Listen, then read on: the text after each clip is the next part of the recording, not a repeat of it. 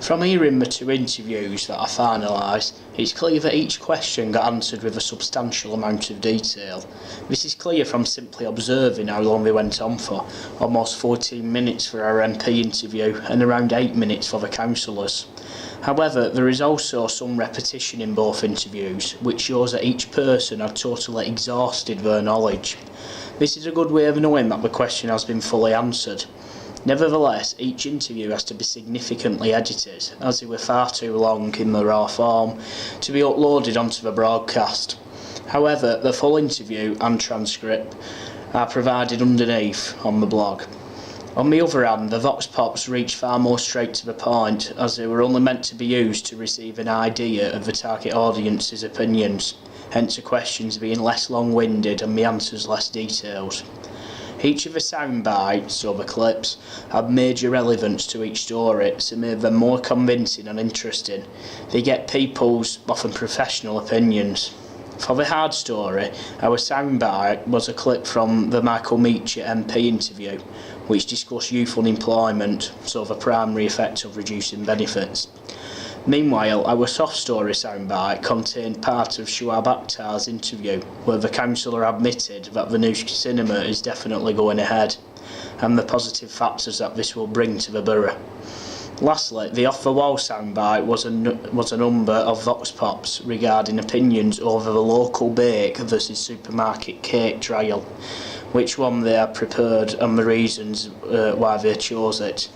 But remember, the off-the-wall story was later changed to the sports story, so Vox Pops have since been gathered for Oldham Athletic supporters for their opinions on the match-fixing allegation involving Christian Montano.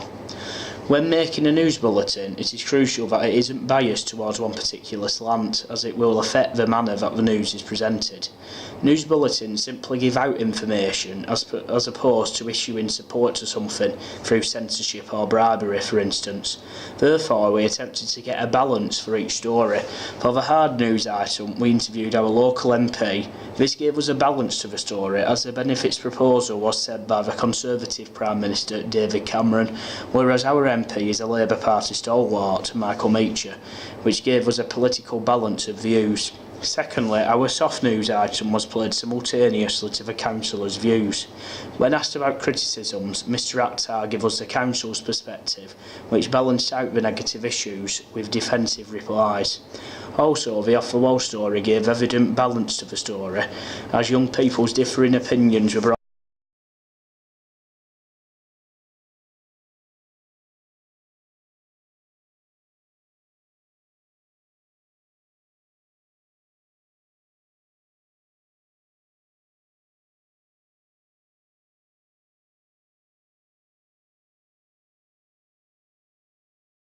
loud. This meant that each part of the bulletin had to be scrutinised so that it didn't overrun and leave less space for other parts of the broadcast. As a result, the interviews had to be reduced to only the key parts of information, as they went on far too long in the raw form. They had to coincide with the length of the script. It had to be spoken to the point rather than use waffling language. Therefore, this all contributed to the jingle, soundbed and sign-off. The limit couldn't be overrun, even though we had to constantly chop parts out to ensure that the broadcast fitted into the schedule.